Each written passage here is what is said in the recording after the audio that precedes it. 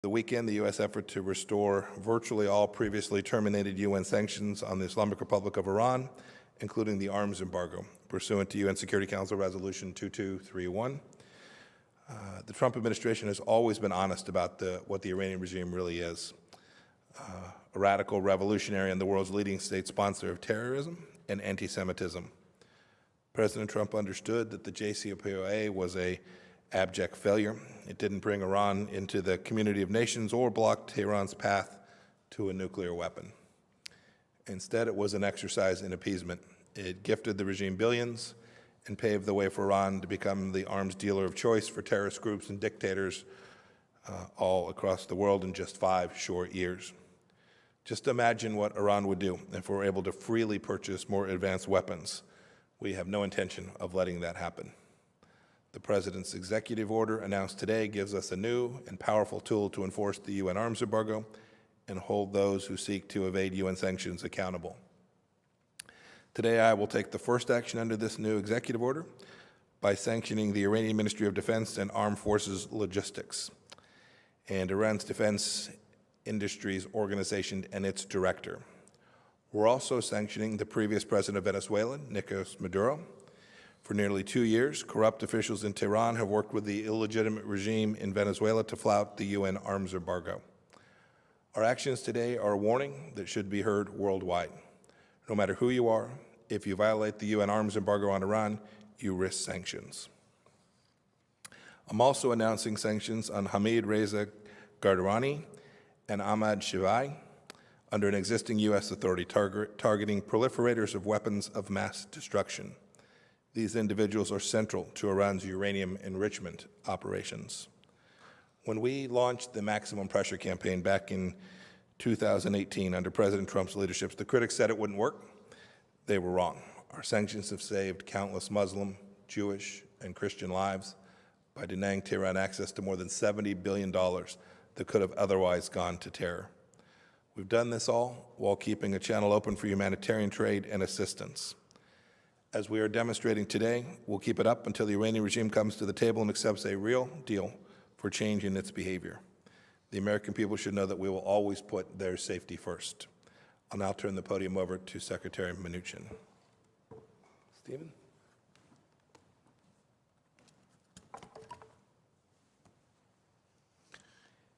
Thank you, Secretary Pompeo. It's a pleasure to be here with you at the State Department. The administration will not allow Iran to endanger the rest of the world with a fresh supply of ballistic missiles and conventional arms. Today, the Treasury Department is designating entities that support Iran's nuclear and ballistic missile programs and senior officials overseeing Iran's nuclear power ballistic missile development. A number of our targets today are affiliated with the Atomic Energy Organization of Iran, which has operational and regulatory control over the nuclear program and bears responsibility for nuclear research and development. 3 of the deputy directors have been sanctioned today, as well as 3 entities subordinate to AEOI that are active components of Iran's civil nuclear program. Treasury also designated several key producers and suppliers of military-grade dual-use goods for Iran's ballistic missile programs. Melmoot Industries and Mammoet Diesel, along with several shareholders and senior officials of these companies, are among those designated today. I also want to highlight designations, a particular component of Shahid Hemat Industrial Group, Iran's primary developer of liquid-propelled missiles.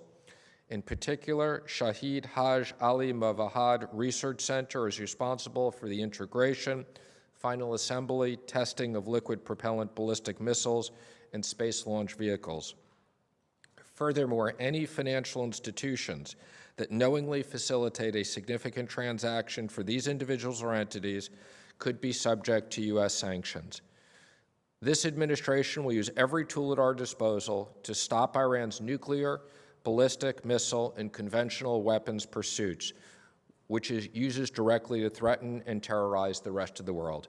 And Secretary Pompeo, I'm going to apologize for having to leave, but thank you for including me.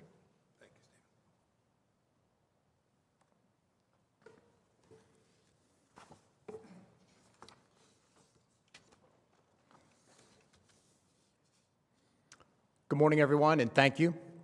Last week, the President took an historic step toward a peaceful and prosperous Middle East with the signing of the Abraham Accords.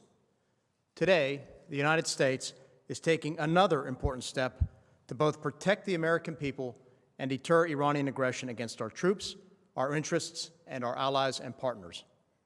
Over the past 2 years, Tehran has carried out attacks on international shipping, regional infrastructure, and on U.S. and partner nation forces. This included missile strikes by Iranian-backed proxy militias against U.S. bases and personnel in Iraq. Moreover, Iran has violated UN Security Council resolutions for years by proliferating advanced conventional weapons to non-state actors such as Hezbollah and the Houthis, who use them to threaten civilian population centers. This is why the Department of Defense has taken decisive action to safeguard our brave men and women in uniform, restore deterrence, and safeguard international rules and norms when it comes to issues such as freedom of commerce and navigation. We stand ready to respond to future Iranian aggression, and we remain committed to doing our part in the administration's maximum pressure campaign. Today's executive order will further disrupt Iranian efforts to import and proliferate conventional weapons, helping protect U.S. forces, our allies and partners, and civilian populations until Iran complies with international norms. We encourage Tehran to cease its malign activities throughout the region and to act like a normal country. But we are also prepared to respond to Iranian aggression. Our commanders have the authorities and resources they need to protect their troops and to prepare for any contingencies. And we continue to stand shoulder to shoulder with our allies and partners to counter Iran's destabilizing behavior. In doing so, we will protect our people and our interests and maintain the security of like-minded nations across the region. Thank you.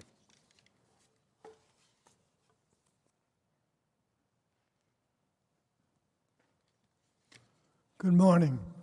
I'm grateful for the President's commitment to ending Iran's nuclear, ballistic missile, and conventional weapons undertakings that threaten and terrorize the rest of the world. Today, U.S. Department of Commerce is adding 5 Iranian scientists to the entity list for enabling or assisting Iran's nuclear development program. The individuals added to the list are Ahmad Nozad Golik, Benam Poramanidi, Humaid Supadri, Moji Drupa Furadi Gonso, Siad Juvad Ahmadi. Por Ahmadi Filipadar and Gonju are associated with Iran's JHL laboratory, the Atomic Energy Organization of Iran, involved in nuclear activities and designated by the United States Security Council, by the UN Security Council in Resolution 1803 on Iran's nuclear program. Porumadi has pursued sensitive equipment and materials for AEOI using deceptive practices and obfuscation. Gonju has worked with overseas Iranian procurement agents to acquire sensitive nuclear-related items, including Western goods. He also traveled overseas for training and sought information in support of AEOI technical questions. Golik is associated with an AEOI subsidiary that implements various projects in the nuclear field. He has worked with overseas Iranian agents to procure sensitive items, including those that can be used in spent nuclear fuel reprocessing. Ahmadi is an AEOI employee who has traveled overseas for nuclear-related meetings. As listed entities, these persons are subject to additional licensing requirements for exports, for re-exports, and in-country transfers per our Export Administration regulations. These 5 individuals played a critical role in Iran's nuclear weapons development program and continue to work for the Iranian regime. Iran must comply with its nuclear safeguard obligations and immediately cooperate with the international community. The Department of Commerce stands beside President Trump in his commitment to preventing Iran from ever acquiring a nuclear weapon. Under President Trump's leadership, I'm proud to join Secretaries Pompeo and Mnuchin, National Security Advisor O'Brien, and Ambassador Kraft in holding Iran accountable and deterring its progress toward obtaining a nuclear weapon. Thank you.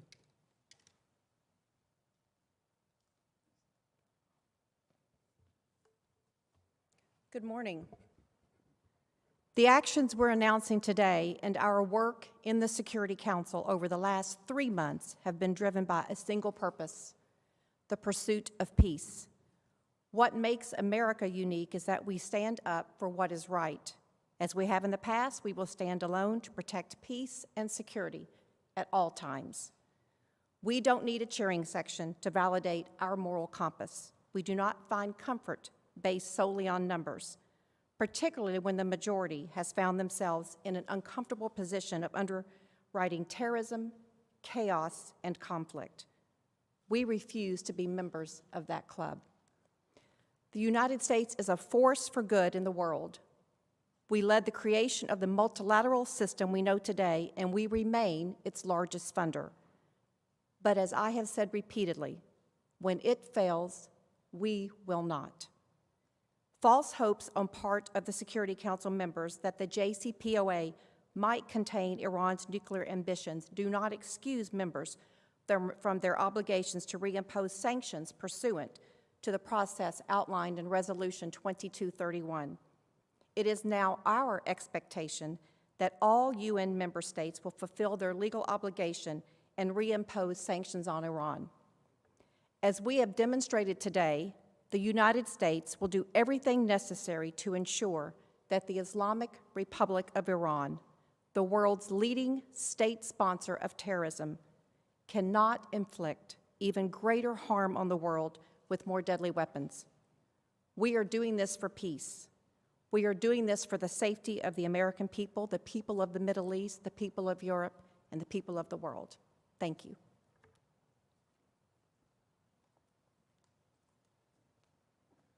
Good morning. Thank you, Secretary Pompeo, Secretary Esper, Secretary Ross, Ambassador Kraft. Today, the President is taking decisive action to restrict Iran's access to nuclear technology, ballistic missile technology, and conventional weapons.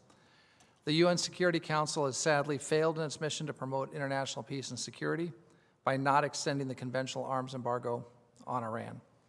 Unlike the UN, the United States will not allow Iran to further endanger the Middle East or the world as an importer and exporter of ballistic missiles and other advanced conventional weapon systems. It will certainly seek to become a major arms dealer when the UN embargo lapses. Accordingly, the President signed just moments ago in the Oval Office an executive order this morning which will result in severe economic sanctions for those nations, corporations, and individuals who contribute to the supply, the sale, or the transfer of conventional arms to the Islamic Republic of Iran. President Trump's order will prevent the export of conventional arms to rogue regimes by Iran. The order will also ban the export of weapons by arms-producing nations to Iran, where Iran would in turn provide them to terrorists and to rogue regimes. Simply put, the United States cannot stand idly by while Iran destabilizes the region and beyond through the purchase and sale of advanced conventional weapons. The Trump administration is also imposing new sanctions and export control measures on 27 entities and individuals connected to Iran's nuclear weapons program. Finally, the United States has restored previously suspended UN sanctions on Iran. When the United States entered into the failed Iran nuclear deal, the Obama administration told the American people that the United States would always have the right to restore UN sanctions on Iran, even without the approval of other nations. That provision was key to obtaining the United States approval for the JCPOA. President Trump is now exercising our rights to protect America and our allies.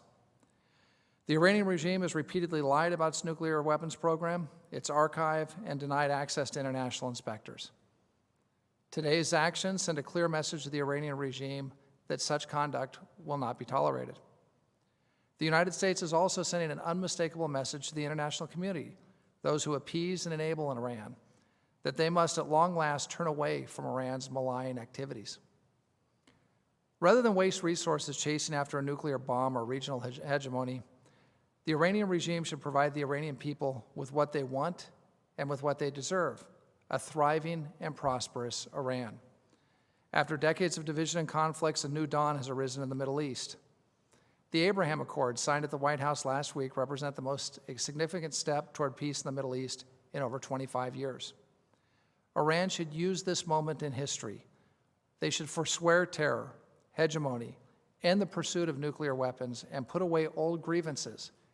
Iran should join its neighbors who are embracing a better future based on progress, shared interest, and shared goals. The President has made it clear that if Iran is willing to choose the path of peace, America will walk beside it. Thank you very much. Okay, we have time for a few questions. Rich Edson. Get the mic behind you, Rich. Thank you very much. Mr. Secretary, Secretary Pompeo, and this is also for anybody else who may want to answer. Reuters is reporting that a U.S. official is warning that Iran could have enough fissile material for a nuclear weapon by the end of the year. Do you think that is possible, and would that be different had the United States remained in the JCPOA? So I don't want to comment on intelligence matters, but one of the reasons that the JCPOA was such an enormous failure is it created a simple pathway for Iran very quickly to generate the fissile material that it needed for a nuclear weapon, right? In a matter of months, they could turn it on and get after it. This was one of the central failures of that agreement. Your question, where would we be had we not withdrawn, is Iran would have significantly more wealth. The regime would have even more money to build more centrifuges, to build more capabilities, to build more air defense systems, to prevent us from having the capacity to prevent them from getting a nuclear weapon. All of the elements of the terror state would be enhanced had we not done what President Trump directed back in May of 2018. The efforts today are to continue to reduce that risk, that they will have the wealth and resources to foment terror throughout the region and indeed throughout the world. Anyone else? Harvard? Anybody? I'll just mention, when this deal was signed, Iran was at the breaking point.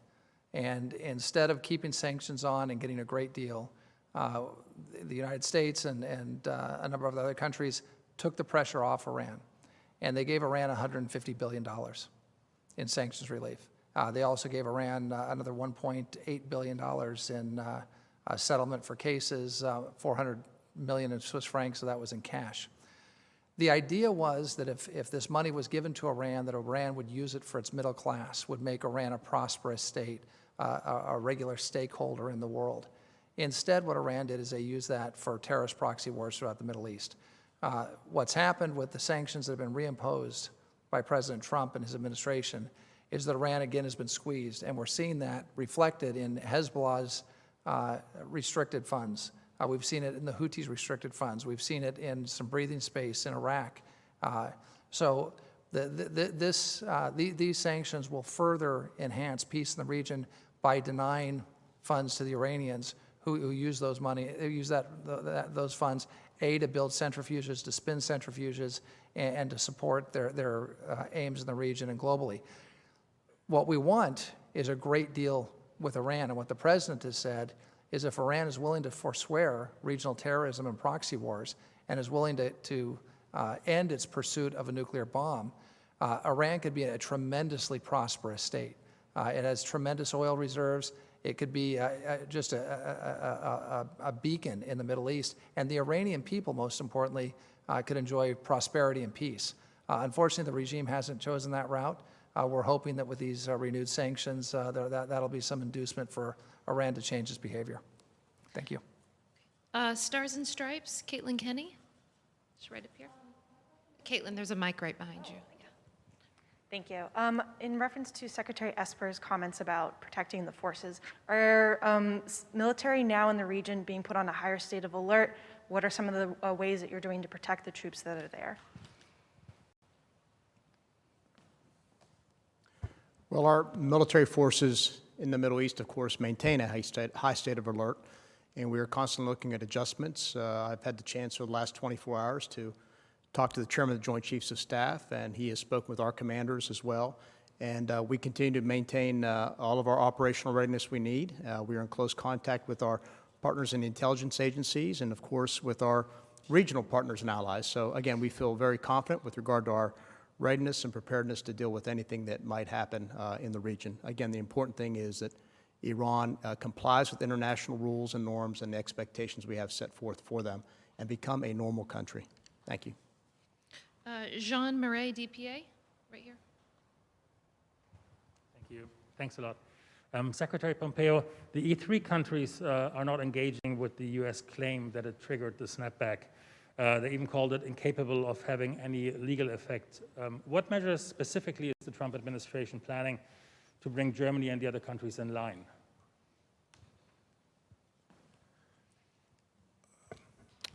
So two things. First, the country that's isolated today is not the United States, but rather Iran.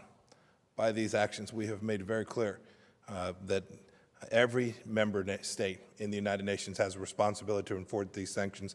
That certainly includes the United Kingdom, France, and Germany. We will have every expectation that those nations enforce these sanctions. Second, if you are serious about peace in the Middle East, if you're serious about denying the main threat in the Middle East, I think Europeans understand the risk to their countries and where it emanates from. The place is the Islamic Republic of Iran, so I'm very confident that the people of those countries feel more secure today, and indeed privately their governments tell us they don't want the arms embargo lifted either. Indeed, in their letter to the United Nations, they suggested that they too wished that the arms embargo were extended. The good news is the United States is going to make sure it happens. We're going to take the action that is necessary to actually deliver on what the E3 tells us they have as their objective. I wish that they would join us in this. We've had this dispute about the merits of the JCPOA that's been going on since the Trump administration has come into place. The world should know that the United States will stand to make sure that the arms embargo is extended, that the Security Council resolutions come back to place, and that the European people will be safer as a result of the actions that the United States government has taken today. Thank you, everyone. Have a great day. Thanks, everybody.